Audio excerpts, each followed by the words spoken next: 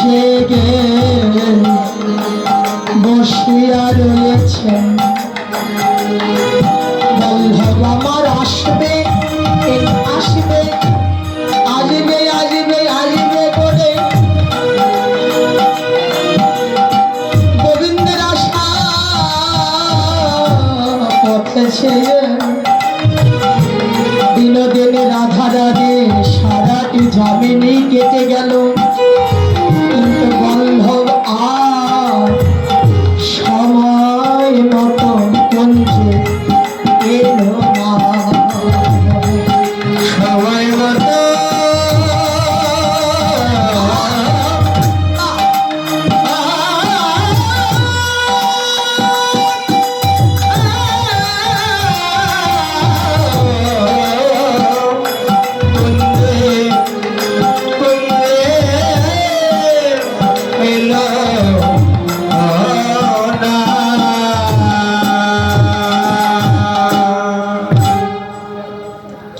আসবেন। যদিও সময় মতো আসার ইচ্ছা ছিল ঠিকই, কিন্তু ভক্তাধীন ভগবান তো ভক্তের ইচ্ছা পূরণ করতে গিয়ে সময় মতো রায়কুঞ্জে তার আশা হলো না। সময়ের আশাটা আসলেন তিনি অসময় কালে। আসলেন কখন? একেবারে যেন রজনীর প্রভাত কালে। কিন্তু বাধা পড়েছিলেন কোথায়? আমাদের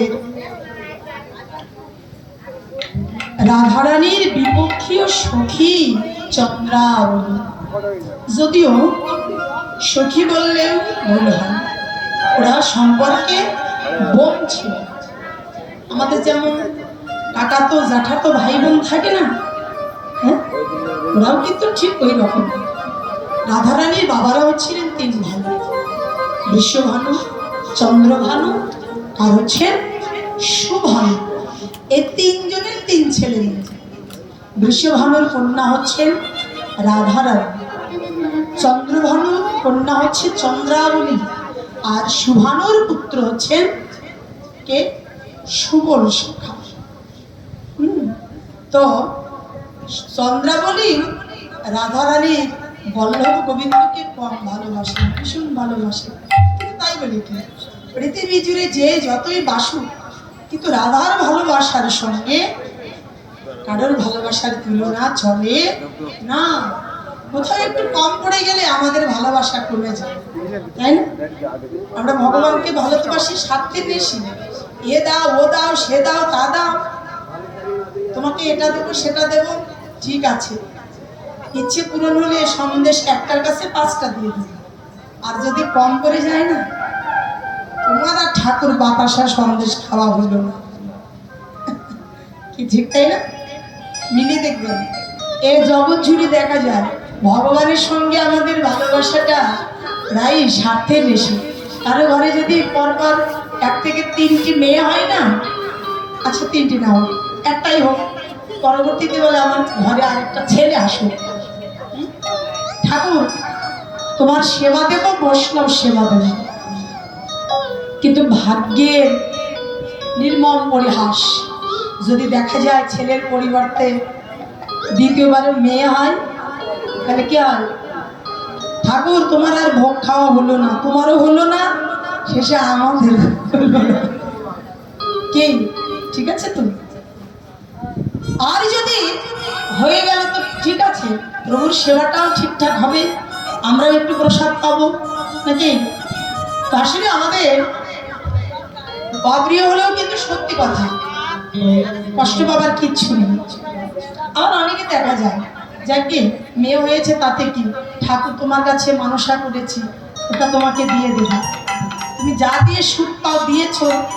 হ্যাঁ, কিন্তু আমাদের তত্ত্বদর্শী কি বলে জানেন? মেয়ে সবার ঘরে হয় না, যারা ভার সইতে পারে তাদের ঘরে মেয়ে হয়।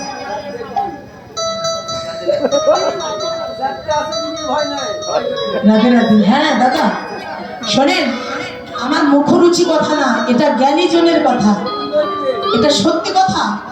মেয়ে সবার হয় না, 4টি 5টা করে অনেকের ঘরে মেয়ে আছে, কিন্তু ছেলে ছেলে করতে করতে 2-4-5টা মেয়ে হয়েছে। ওই যে দাদা বলছে আমার 4টা, ভয় নেই।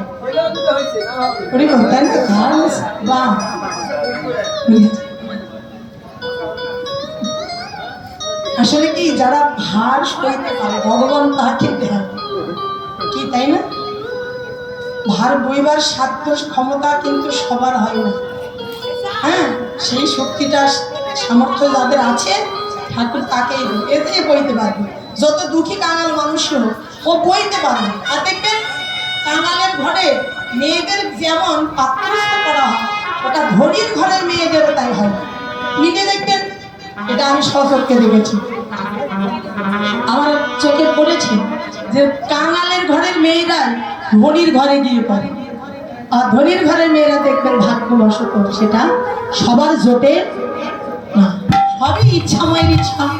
ভয় পাবার কিছু নেই, মেয়ে হয়েছে বলে কেউ কষ্ট পাবেন না। রাধে রাধে। তো যাই হোক, তো রাধা প্রেমের প্রতি গোবিন্দ আমার এতটাই দুর্বল।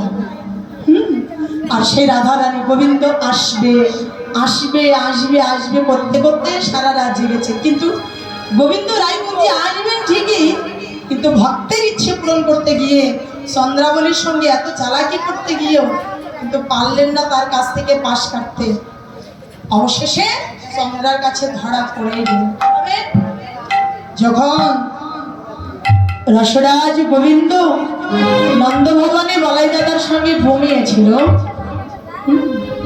তো দুই ভাই একসঙ্গে ঘুমিয়েছে, কিন্তু বলাই দাদার আবার একটু গল্প বেশি। ঘুমাতে গিয়ে এ গল্প সে গল্প, মানে রাত গভীর হয়ে যায়, দাদা আর ঘুমায় না। কিন্তু গোবিন্দের তার ঘুম আসছে না। ওই যে রাধারানীকে কথা দিয়ে গেছে, এই রাধে তুমি কুঞ্জ সাজাও, আমি ঠিক মধ্য রজনীতেই তোমার কুঞ্জে এসে তোমার ইচ্ছে পূরণ করবো। কারণ এখন আমার সঙ্গে দাদা আছে, এই ঘরে যাবার সময়কালে তোমার ইচ্ছে তার আমি পূরণ করতে পারলাম না, তো আমি ঠিক মতো রজনীতে তোমার কুঞ্জে ঠিক আসবো, তুমি কুঞ্জ সাজিয়ে বসে থেকো। কিন্তু ওই তো কথাবার্তা দিয়ে চলে গেছেন, কিন্তু ওটা তার মাথায় আছে। কিন্তু বলাই দাদা তো আর ওসব জানে না। দাদা এমন গল্পে মেতেছে, তো দাদার গল্প শুনলে রাত ঠিকঠাক কেটে যাবে, কিন্তু রায়কুঞ্জে আর আসা হবে না। চতুর শিরোমণি দেখছে এ হচ্ছে না, তো আমার দাদাকে ঘুমানোর ব্যবস্থা করতে হবে। দাদা না ঘুমালে আমি যাবো কি করে? একটু চাতুরালি খাটিয়ে বলছে, এই যে দাদা তুমি রাতভর শুধু গল্প করবে, আমার কিন্তু আর গল্প শুনতে ভালো লাগছে না। শোনো, তুমি গল্প করলে করো, আমি কিন্তু ঘুমিয়ে পড়লাম। আসলে তো ঘুম নয়। উনি একটু ঘুমের ছলনা করলেন, ভান করলেন, পাশ ফিরে এমনিতে ভান করে চোখ বন্ধ করেছে।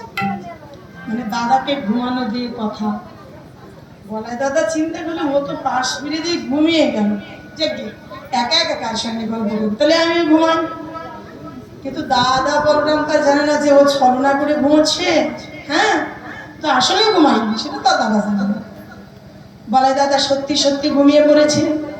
আর ওই সুযোগে চতুর শিরোমণি মাথা তুলে আবার দেখছে, দাদা আবার আমার মতো জেগে রইল না তো, ভান করে রইল না তো। কথায় বলে না চোরের মন পুলিশ পুলিশ। তো গা বুলিয়ে ডাকছে, যে দাদা, এই দাদা, দাদা দাদা তুমি ঘুমালে? দাদা সত্যি ঘুমিয়ে গেছে, যাক ভালো হয়েছে, এবার আমি নিশ্চিন্তে রায়কুঞ্জের দিকে চলে যেতে পারি। কিন্তু বিষয় হলো কি, আমি যে রায়কুঞ্জে যাব, আবার চন্দ্রাবলীর কুঞ্জের পাশ দিয়ে যেতে হবে। কিন্তু চন্দ্রা যদি জেগে থাকে, আমার তো আর যাওয়া হবে না। কি করব? আমার চরণের নুপুর ও আমার বাধ্য না, আমার পারে বাঁশি ও বাধ্য না, না চাইতে আমার বাঁশিও বাজে, আমার নুপুরও না বাজাতেই বাজে। আর বাজবেই তো। নুপুর এটা পূর্ব জন্মের